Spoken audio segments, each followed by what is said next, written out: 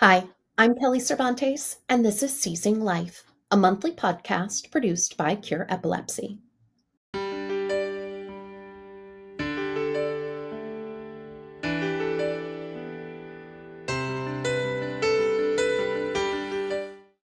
This month, I'm happy to welcome Matthew Summerfield to the podcast.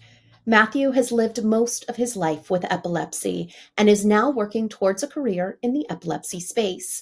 He's here today to share his journey from childhood onset through college to his pursuit of a PhD and his current work in a CURE Epilepsy-funded research lab. Matthew, thank you so much for joining us today. To get us started, why don't you tell us how epilepsy first entered your life? Thanks for having me, first of all. I'm very appreciative of the opportunity. Epilepsy first entered my life in February of 2011. That's when I had my first seizure. It was a normal Saturday morning for me. I got up to do some homework. I think my parents were still sleeping or getting ready. It was like 7 a.m. My older brother was still asleep, so it was just me. My parents heard some crashing around. They thought it was just the boys, wrestling or playing hockey in the house in the morning, like we always do. But really, it was me having seizures, and so I had several of them just going in and out, and then eventually they subsided, and I woke up later in a hospital bed, and that was the end of the first introduction to seizures and epilepsy for me. And how old were you at that time? I was 11. So you get to the hospital, and what are you told? Initially, that Matthew or your son had a seizure. Just keep an eye on him for a while. And if he has another one that lasts longer than 5 minutes, bring him back in. But if it doesn't last longer than 5 minutes, you're fine. We did not leave the hospital with a diagnosis. They just kept me for 24 hours for surveillance, to see if I had one in the hospital. They'd be right there to see it. But I didn't, and I left the next morning. Did they tell you to schedule an appointment with a neurologist? No, they didn't. They really didn't do any help. They actually said don't talk about it. And that really didn't sit well with me or my family. So we went to the Epilepsy Foundation of Michigan for some answers to our many questions. So when did you get your epilepsy diagnosis? Probably 6 months to a year later, when I got into a child neurologist, got an EEG done, did an MRI, started discussing more about what was happening, because I then had more and more seizures, and were able to catalog, what did they look like? When were they happening? Did I remember anything? Things like that. So we could come in with some more knowledge that they could help us with. And talk to me about what your treatment journey looked like. So it is, you have that first seizure, it is 6 months or a year later before you get an epilepsy diagnosis. Is that also when you started medication? So once I got into a child neurologist, the medication treatment started. It was really luck of the draw when it came to medications, especially as a lot of people with epilepsy know, and doctors know, and researchers know that, there's a lot of medications out there, and they all don't work the same for every single patient. And so really it was, try this, let's try that, let's up the dosage on this one, let's try these two together. And so it was really rough for the first couple of years, because I wasn't sticking with anything. It'd work for a little bit and then just stop working, or it would make things worse. And we really didn't like those ones. That's how treatment looked like for the first couple of years. I think it's so hard for people to understand. It certainly was for me when my daughter was first diagnosed. I really thought that we would just give her a medication and it would all be better. And it's hard to understand in the beginning, or for a layperson to understand how many different kinds of epilepsy there are, and all of the different causes, and why one medication might work for someone but not for another, even if they're having the same seizure type. It really is this spectrum disorder that is so incredibly difficult to treat. And until you are introduced to this world, I think that's so hard for people to understand. Along that line, I wonder, you're 11 years old, 12, 13, you're going through all of these medications, you're in middle school, which is hell on earth for most of us. Yeah. How did that impact you socially? How, did you talk about it with your friends, with your teachers? I know you mentioned that one of those first doctors said that you shouldn't talk about it. But I have a funny feeling you didn't take his advice. Yeah, no. I didn't. Yeah, I mean, middle school's tough for anybody, right? But when you have the added effect of several anti-seizure medications with you every single day, it kind of makes things worse. Yeah, it didn't prevent me from telling people about it. Obviously, I wanted to be safe. I told my friends, I told my teachers, my coaches, stuff like that. It just made sense to me to keep people informed. But it did affect my concentration at school, just my ability to think about things. And like I remember they were thinking about holding me back, I think in like 7th or 6th grade.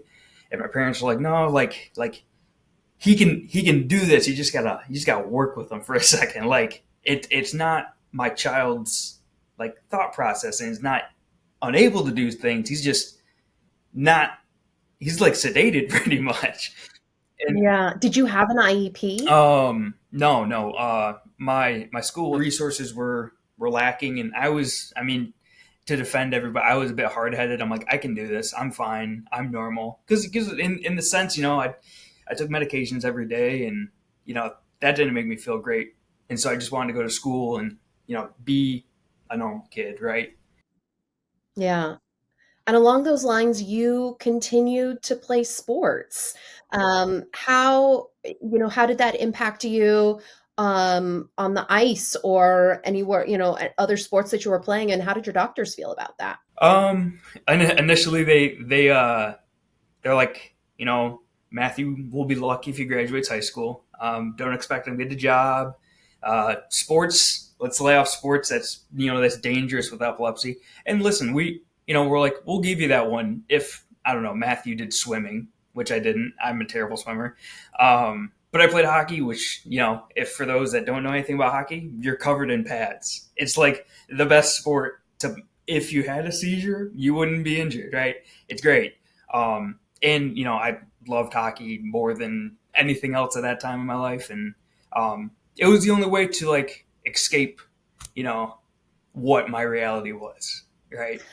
I think you bring up a really incredible point, sort of about the quality of life with epilepsy, and how, maybe playing sports wasn't the safest thing for you to do physically. However, it helped you emotionally, it helped you mentally, it allowed you to still have a social life, to be a part of a team, all of these other aspects. I think there's such a balance when we're treating epilepsy that is not just the medications, but it's that balance in finding a quality of life where you can still enjoy the things that make you happy, that you can still have a life, right? Like otherwise, what is, you're all drugged up on the medications, and if you're not enjoying it, um, it's hard to reconcile that. So I think, that's that that quality of life, that balance there is just so important.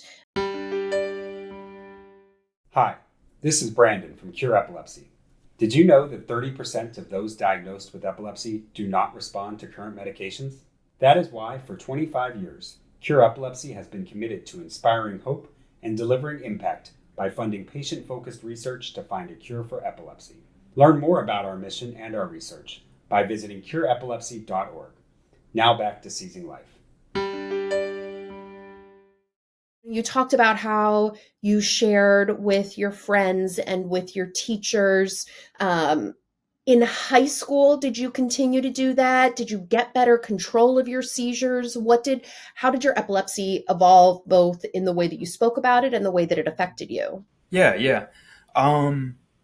It evolved. I would like to say a little better. I probably around first year of high school, second year of high school, my seizures became less frequent, which was really nice. I started taking Keppra, which, listen, those with epilepsy that are on Keppra love Keppra, right? There are some downsides. The Keppra rage does exist, but it was, at least for me, very helpful. And with that, I was able to just feel normal. My quality of life went up, right? And obviously, I was still very vocal about it, talking to my teachers. That's when I became more and more involved with epilepsy awareness. And I felt that I was in control for a bit, right? Yeah.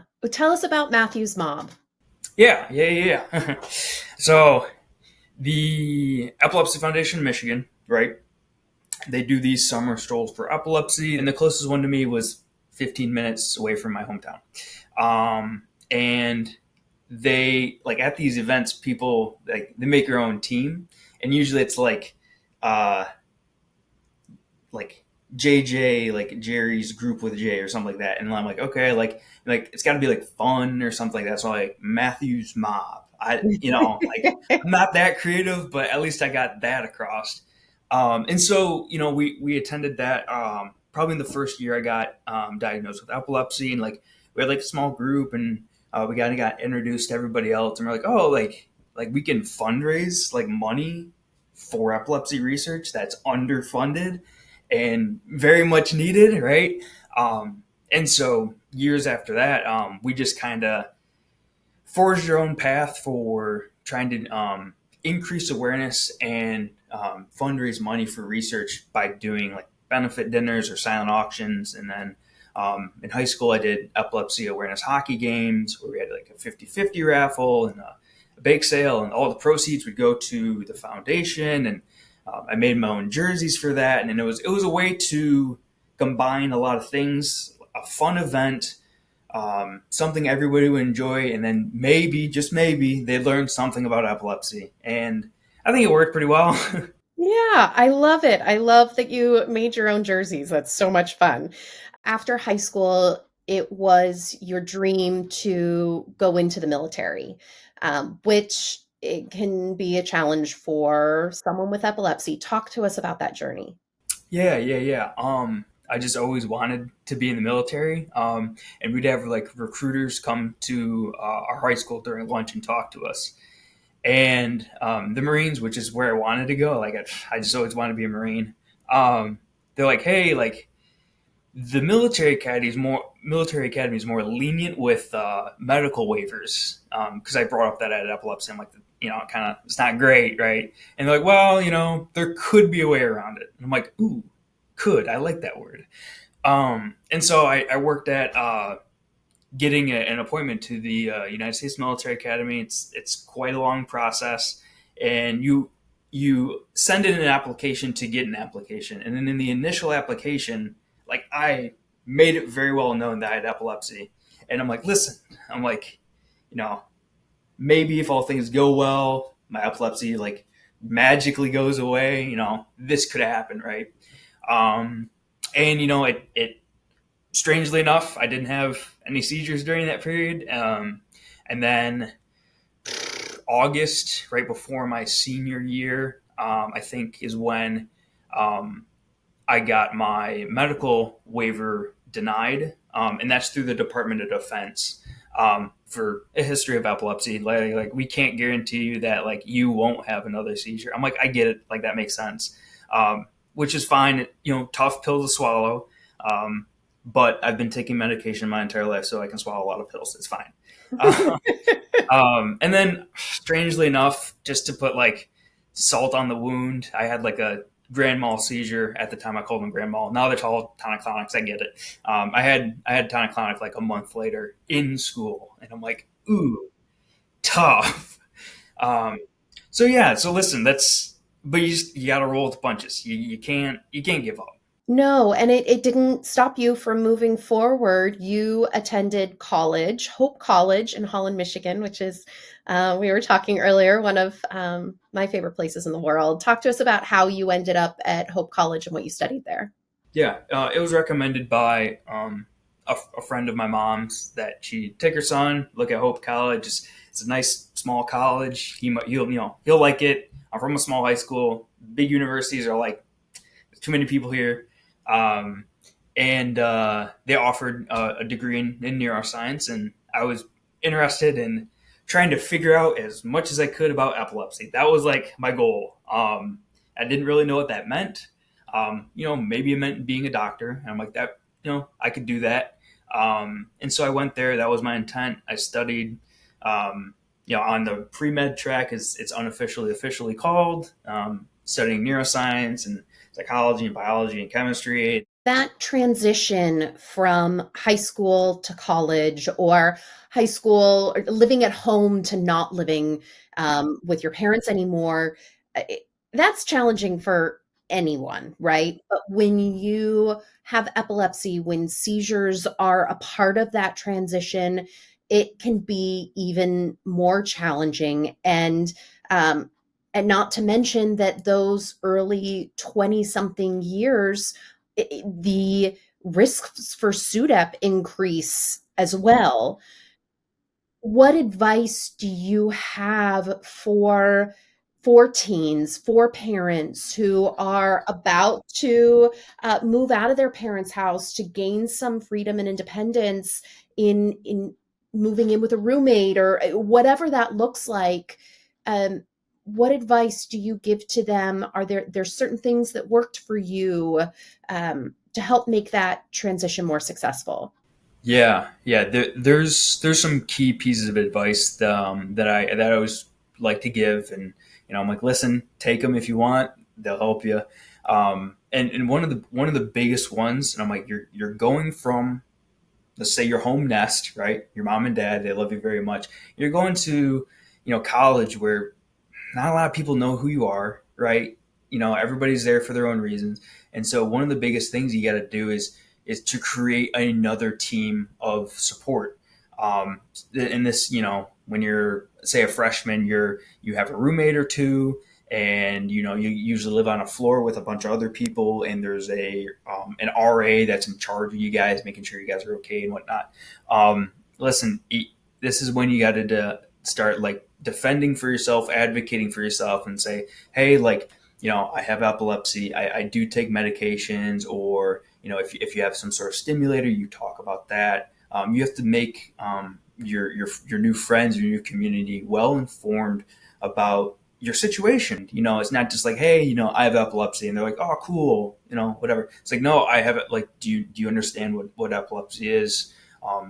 Do you know what a seizure is? Like, and if they don't, like, okay, listen, this is how you appropriately respond to if I have a seizure. Here's my mom and dad's number. Call them. Then you can call 911. Stuff like that. You got to build that team. And second, you just have to be very aware of what you're doing, which sounds crazy, but like keep a log of how you're feeling. Did you take your medications on time? Did you drink enough water? Did you eat enough? Are you how stressed are you? Are you what does your quality of life look like? College is tough, man. I get it. I was there. It's tough. But you gotta look out for you right now, and make sure like you have good group. I was fortunately blessed to have a great group of friends that were always checking on me. But you develop that team, and they'll take care of you. And probably the last piece of advice is every college, campus, university should have a disability services office, and reach out to them with any help that you may need, any accommodations that you may need, especially like say if it's transportation needs or anything like that, or academic accommodations. They're more than willing to help. But yeah, it's scary, but you can do this. Yeah, the support system is there. You just have to seek it out and ask for it. Yeah. Talk to us about the research that you're doing in Iowa, the lab, and what you're working on. Yeah. So I realized that, well, medical school might not work well given all the stress and the time commitment and just what that in combination might reveal about someone with epilepsy and could cause some seizures, particularly in my case. But I'm like, what can I do to help those with epilepsy without being a doctor? And my advisor at the time, he's like, as a doctor, you can only help with what's available to help. As a researcher, you can go find things that are new to go give to what can be used for help, right? Like you can find treatment C that doesn't exist yet. And I'm like, okay, like I can see that. And I'm like, well, where do I go for that? He's like, well, anywhere. I'm like, yeah, but where do I go for that? Like specifically about epilepsy though. And that led me from Hope College to Iowa. So I work in Dr. Gordon Buchanan's lab here at the University of Iowa, and we study specifically SUDEP, so sudden unexpected death in epilepsy. Specifically, why does SUDEP happen? Why does it happen in specific cases and circumstances, and then but not happen like for everybody with epilepsy, right? That's a very like big question is why. Underneath that is like, well, what is the mechanisms that I don't know are impaired during and after a seizure that don't allow the individual to properly recuperate or get back online, as I would like to say, after a seizure. So we're doing our best to answer these questions, but it's tough. And is this a field of study that you think you want to keep with? Are you, where does Matthew go from here?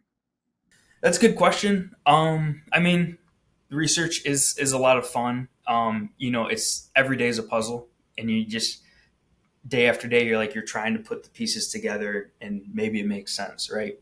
But at the end of the day, I would like to get back and start working with people with epilepsy again. That's my niche. I love person-to-person interaction, and I believe that's one of my strengths, and especially helping people conquer their new diagnoses, adapt to this new lifestyle, but try to maintain what they want in life. Yeah, I can identify with you on that as well. What is the status of your epilepsy today? So I'd say arguably it's controlled with medication. Recently I've been having some events, I've just been calling them. They weren't tonic-clonic. They could be absence seizures for all I know. I actually just completed a 72-hour EEG. Yesterday I got off. So hopefully if that caught anything, it would be able to see something. Well, I have to say your hair looks fabulous for having had an EEG yesterday. Well, that's my mom's a hairstylist, so if I had bad hair, that would be a poor reflection of her work. So yeah. So how is your epilepsy? It sounds like it is mostly controlled, some events here or there. Has it impacted your work in the lab at all? Yeah.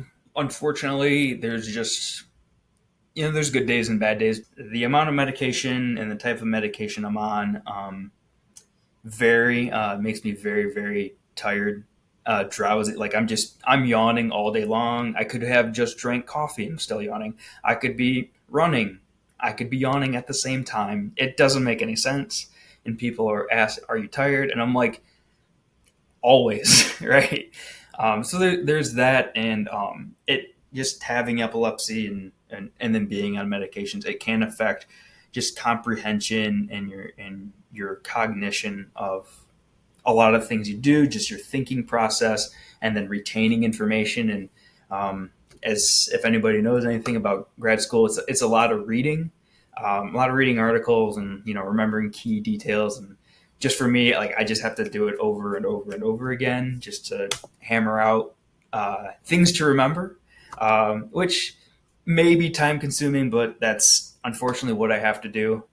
Luckily, I've been doing it for a very long time now, so I'm getting more accustomed to it. It just it's not as easy if I say didn't have epilepsy, right? Right. Yeah. And what is something that you wish that people knew about epilepsy? Well, I mean, there's like a shirt that I have from the Epilepsy Foundation, and it says epilepsy can affect anyone with a brain, and anyone with a brain can affect epilepsy. I think that's just a great statement. But some people will be like, okay, what do you mean by that? And I'm like, okay, well, obviously, 1 in 26 Americans will develop epilepsy at some point in their lifetime. Anybody can develop it. And I love saying, whenever I'm talking to, especially like my teachers or my professors, I like explain that, and I'm like how many people are in this room? About 30 kids, right? That's your average U.S. classroom. Odds are one of them will or has epilepsy. And I think that's an important part, to just make people aware of how prevalent it is and what exactly it is. And that's probably the tougher part, because epilepsy manifests itself in very, very different ways, especially the folks that have the absence seizures. It looks like they're, especially in a classroom, daydreaming or not paying attention for a brief span of a couple seconds, but really they're having a seizure, and that takes a toll on them. Absolutely. It's an interesting point that you make. One student in every class has or will develop epilepsy. Actually was able to watch your TED Talk, and I appreciated the way that you spoke about, we are taught other first aid training, Heimlich maneuver, all of these things, yet so few of us have any understanding about what seizure first aid looks like. Yep. Yeah. I'm preaching to the choir here. It's pretty simple stuff, but we have classes that you can be CPR certified. Everybody knows what the Heimlich maneuver is and why it's used, right? These are life-saving maneuvers and processes that, well, let's incorporate seizure first aid into this group, and it's just an easy placement of some life-saving techniques that will save lives. Like it's that simple. Well, Matthew, I applaud your efforts. I can't wait to see where you go from here. Thank you so much for chatting with us today, and good luck. Yeah, thank you. I appreciate it. Thanks for having me on. Thank you, Matthew, for sharing your epilepsy journey and experiences with us. We wish you the best as you complete your PhD studies, and we look forward to seeing the impact you are sure to make on the lives of people with epilepsy. For more than 25 years, CURE Epilepsy has sought to improve the lives of people living with epilepsy by supporting research that will lead us to new therapies and cures. If you would like to help us achieve our goal of a world without epilepsy, please visit cureepilepsy.org/donate. Thank you.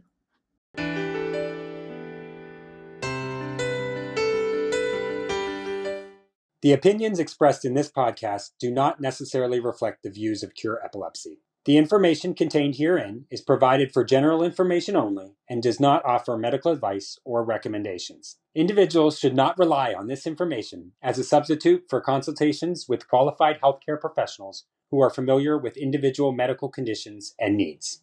CURE Epilepsy strongly recommends that care and treatment decisions related to epilepsy and any other medical conditions be made in consultation with the patient's physician or other qualified healthcare professionals who are familiar with the individual's specific health situation.